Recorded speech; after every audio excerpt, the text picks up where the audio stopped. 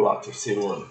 A gente vai gravar agora a quinta aula de filosofia de vocês, que vai abranger o assunto do módulo 5 da apostila. Gente, a gente vai falar sobre Theodor Adorno. Esse cara, ele é importante na filosofia, tanto na filosofia como na sociologia, gente. Por quê? Porque a teoria de Adorno, gente, defende que a estética, a forma, é a evolução da estética, né? A evolução da forma dos trabalhos na arte denota a evolução social, a evolução do indivíduo, certo? Enquanto membro da sociedade. E ao mesmo tempo que ele critica, né, na obra dele, ele critica o uso da técnica para reproduzir a arte, certo? Gente, quem já estudou um pouquinho de arte, quem já fez algum curso de desenho, sabe que existem técnicas para desenhar rosto, para desenhar corpo, para desenhar paisagem. O Adorno critica isso. Ele acha que a arte deve vir da inspiração do indivíduo, que isso vai retratar o estado de evolução social, o estado de evolução do indivíduo enquanto membro da sociedade, certo? Porque, veja só, a técnica levaria o homem à destruição de si próprio, certo? Levaria à autodestruição da sociedade. Porque a técnica alcançaria um ponto em que desenvolveria máquinas capazes de executar todas as tarefas do ser humano, ou seja, a eliminação da subsistência do indivíduo social. Muito bem, gente. Uma outra coisa importante a respeito de Adorno é, como a gente já falou, quando eu mencionei indústria cultural, a crítica que ele e o Horkheimer desenvolvem a respeito da indústria cultural. Que a indústria cultural, como a gente já conversou em aulas passadas, nada mais é do que a criação de produtos a serem veiculados pela mídia. Lembra quando a gente falou de mídia? E isso obedeceria à lógica capitalista, à lógica industrial de produção. E para normalizar verticalmente as camadas de consumo, existiriam estudos sociológicos identificando as necessidades das camadas de consumo e fazendo produtos culturais que atingissem todas as camadas, que fossem apelos culturais, apelos simbólicos, né? Encaixando em todas as necessidades, tanto das classes menos favorecidas financeiramente, como das classes mais favorecidas financeiramente. Como, né? Vou dar um exemplo para vocês. Veja, é um negócio assim, um pouco delicado da gente conversar, mas sociologia e filosofia tocam exatamente em pontos delicados do ser humano. Gente, nas camadas mais simples da sociedade, menos favorecidas financeiramente, a linguagem tem que ser acessível, tem que ser uma linguagem acessível, né? Acho que não tem outro adjetivo melhor que eu possa arrumar no momento sem confundir a cabecinha de vocês. Tem que ser um negócio direto, de preferência uma coisa simples, mastigável, palatável, ou seja, gostosa de ouvir. Musiquinha chiclete, por exemplo, certo? Musiquinha chiclete, axé, funk, certo? Já para atingir as camadas mais favorecidas da sociedade, aquelas camadas que têm um estudo maior e que almejam conhecer, por exemplo, a cultura mundial, as grandes obras de arte, as pinturas, as grandes sinfonias, os grandes autores de sinfonias, né? Os músicos, os maestros históricos, né? Aqueles compositores eruditos, o produto cultural tem que falar uma linguagem mais refinada, mais rebuscada. Ele tem que acertar a necessidade daquela camada, promovendo um produto que se assemelhe ou que se aproxime dessas necessidades que eu acabei de citar. Veja, gente, é uma coisa assim bem... estudar o inimigo para saber como é que ataca. A indústria cultural é um troço assim muito complicado. A indústria cultural é uma ferramenta poderosíssima de manipulação de massas. E quando eu falo de manipulação de massas, gente, não é só a população em geral. Manipulação de massas verticais. Todas as camadas sociais. Todos os níveis de educação. Todos os níveis de cultura e de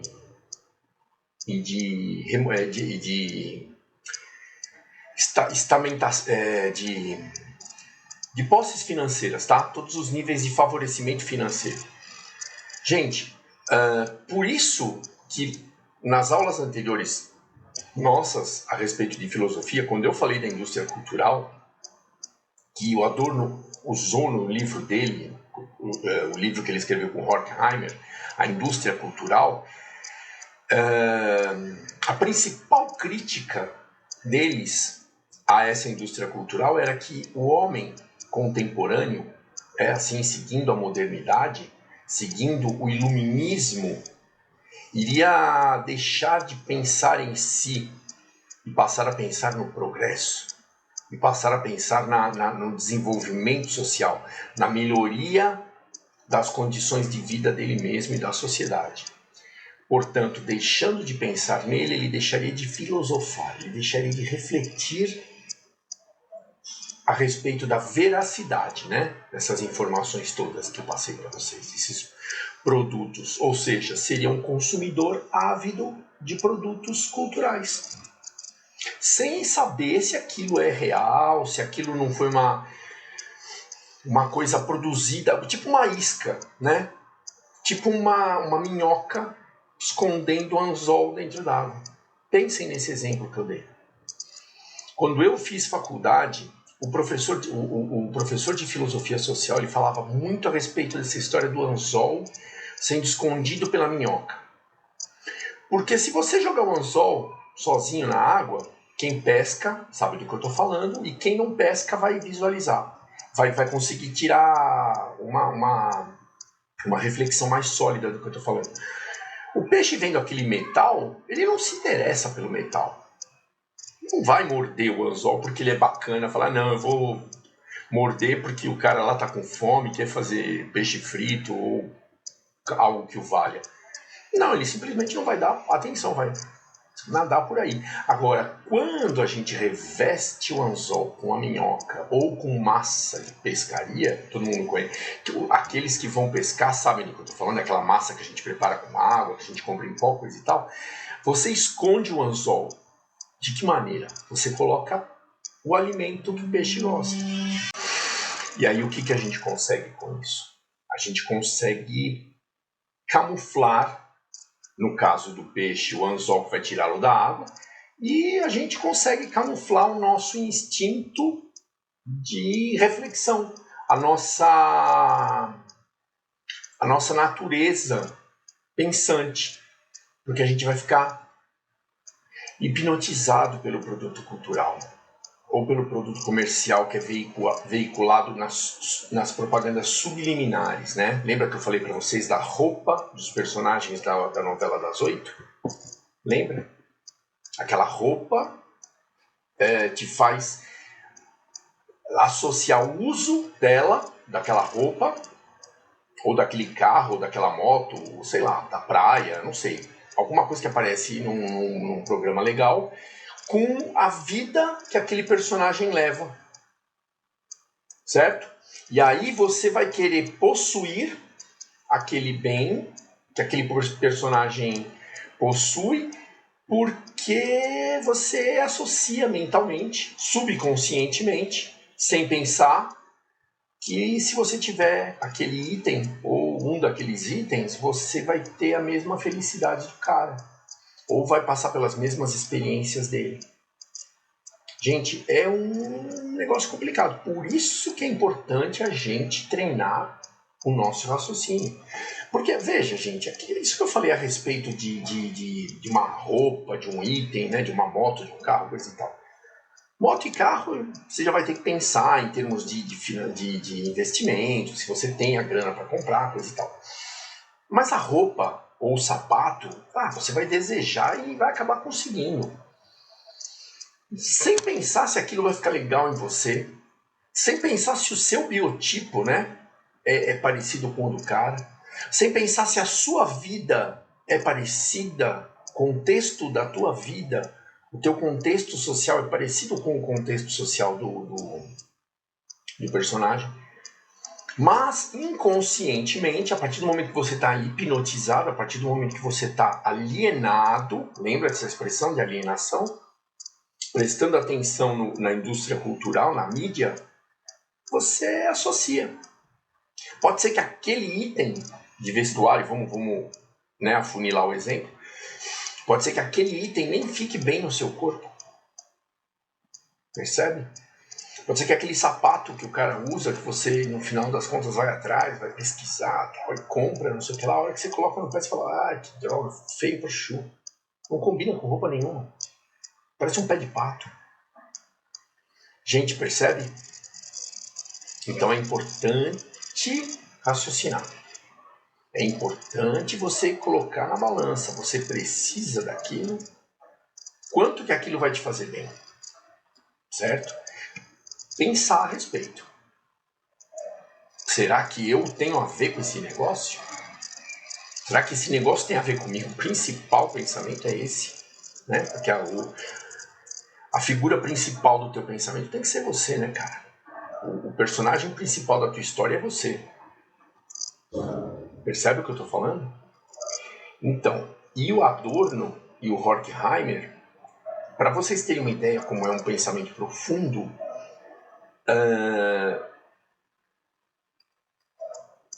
resumindo, defendem isso que eu falei para vocês.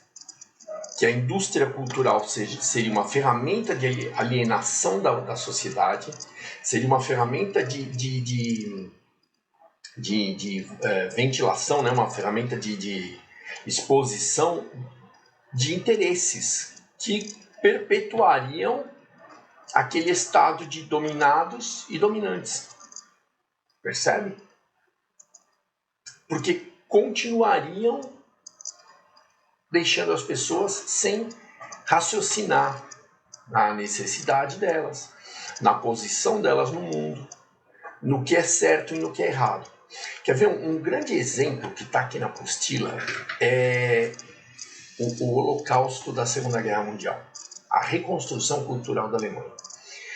Gente, eu não preciso dizer para vocês que a Alemanha, o exército nazista, né, o partido nazista alemão, construiu os campos de concentração para extermínio dos judeus, que a gente já tinha conversado a respeito, tá? E o principal campo de concentração, o maior campo de concentração e extermínio de judeus e de prisioneiros comunistas, né, porque o nazismo ia contra o comunismo, foi Auschwitz. Birkenau Auschwitz, que é um campo de concentração na Polônia.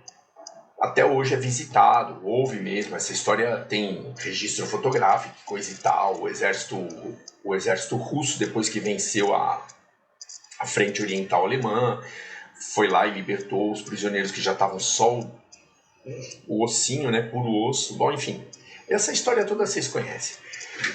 Gente, aquilo teria chocado a humanidade, teria chocado mais a humanidade se a humanidade tivesse parado para pensar no horror que foi aquilo. Mas o fato de tirar vidas, o fato de matar, acabou por ser banalizado, não só durante a execução da Segunda Guerra, não só durante a concentração, a a existência do campo de concentração de Auschwitz, né? O nazista perdeu a noção, os soldados nazistas, os componentes do exército nazista perderam a noção do que era certo e o que era errado. Lembra que eu falei para vocês que a Alemanha estava fragilizada e o Adolf Hitler convenceu eles de que eles eram superiores e que eles tinham que matar os judeus? Gente, se a gente for olhar em termos civilizatórios, um extermínio, um genocídio é um absurdo em qualquer tempo. É que antes, nos tempos anteriores à modernidade, não havia essa noção de ética que nós temos hoje. Hoje, tirar uma vida é um absurdo. Quanto mais milhões de vidas, né? Calcula-se que 1,5 milhão de pessoas tenha morrido no campo de concentração de Auschwitz, hein? Entre fuzilamento e queima de pessoas vivas em fornos, incineradores e coisa e tal, enfim, um horror, né? Mas, graças a Deus, nós estamos longe e a grande longe que eu digo civilizatoriamente, né? Intelectualmente, a gente tem essa noção. Eu acredito que todos aí têm, todos que estão me assistindo têm essa noção de que tirar vidas é um absurdo. A gente não tem esse direito. A gente, que eu digo assim, nenhum ser humano tem, certo? Só aqueles casos de legítima defesa, bom, enfim. Mas a gente não vai entrar nesse mérito agora, nessa aula. O Adorno defendia na obra dele também que a educação de um povo evitaria que se repetisse o Holocausto. Se repetisse um ato hediondo como foi a operação do campo de concentração de Auschwitz. De que maneira? As pessoas pensando mais e estando menos alienadas seriam capazes de... vou usar um exemplo assim, fazendo uma mímica, né? Matar gente está errado. Pensa, se o exército nazista estivesse mais educado, se ele estivesse mais moralmente educado, eles mesmos não iam fazer isso. Eles iam achar um absurdo isso. Mas não, o exército nazista cumpriu rigorosamente essa tarefa. Por quê? Porque através da mídia, através da cultura em massa, lembra que eu falei para vocês de Goebbels? O povo alemão, cujo exército fazia parte, foi convencido de que os judeus eram uma raça inferior. Foram convencidos de que os judeus eram transmissores de doenças. Para pensar nisso que eu estou falando, gente. É só um exercício mental. Aliás, essa aula sobre Adorno, sobre Theodor Adorno, é mais um exercício mental do que esse monte de dados que está na apostila. Tá? O que eu quero que vocês entendam é que a educação, não só a educação formal, essa que a gente aprende na escola, essa que a gente aprende na escola é a base, né? É o sustentáculo para que a gente alcance a capacidade de raciocinar sobre coisas mais elevadas. Tudo é uma escada, certo? Então, a evolução educacional e moral, que a moral advém da educacional, da educação formal, ela impediria que as pessoas realizassem genocídios. Pela simples questão de consciência. Não vou fazer isso, porque isso aí está errado. É simples assim, gente. Então eu vou deixar essa provocação para vocês, tá? Bons estudos, um grande abraço a todos.